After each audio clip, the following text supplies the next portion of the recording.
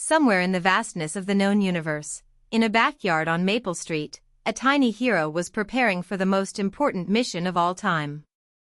Captain Pip, the smallest, bravest astronaut ant in the entire colony, stood at the edge of the anthill launch pad, acorn cap helmet gleaming in the morning sun.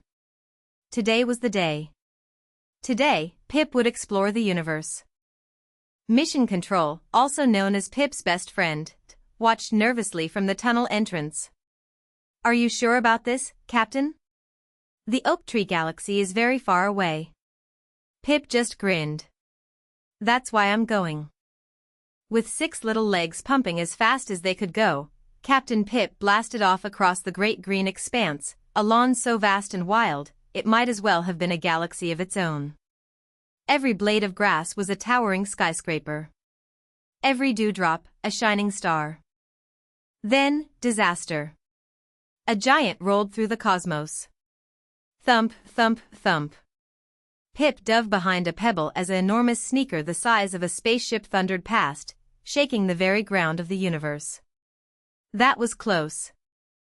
Heart-pounding, Pip pressed forward and discovered something truly breathtaking. The River Nebula.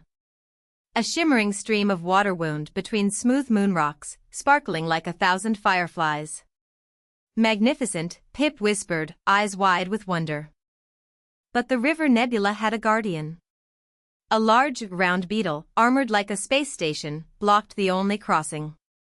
Pip gulped. This was first contact. "Hello there, fellow traveler," Pip said, antenna trembling. The beetle blinked its big compound eyes, and slowly stepped aside. Pip crossed the stream on a lily-pad shuttle, arms stretched wide for balance, laughing the whole way across. "This is what it must feel like to float in zero gravity." Pip cheered. And just like that, the fear was gone, replaced by pure, boundless joy.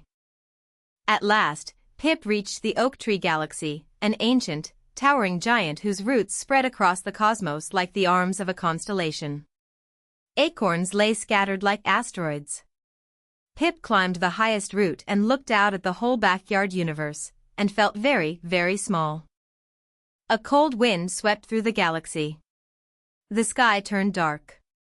Pip shivered, suddenly realizing the anthill was so far away. What if the mission had gone too far? What if home was lost forever? For the first time, Captain Pip felt truly alone.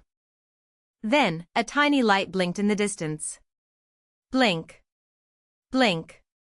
Blink. It was Dot. Faithful Mission Control had followed a trail of scent signals all the way across the universe. "I told you I'd always be your signal beacon," Dot called out, waving 6 little arms like crazy. Together, the 2 tiny astronauts climbed to the very top of the highest oak root and watched as the golden sunset painted the whole backyard universe in shades of amber and rose. "It's so beautiful," Pip breathed. "We discovered all of this, and we're just 2 little ants." Dot smiled and nudged Pip gently. "Maybe that's the whole point. The universe doesn't care how big you are, only how brave you are."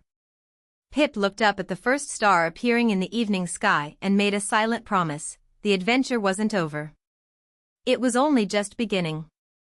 And so, Captain Pip and Dot marched home beneath a sky full of stars, tiny explorers in a giant universe, hearts full of wonder.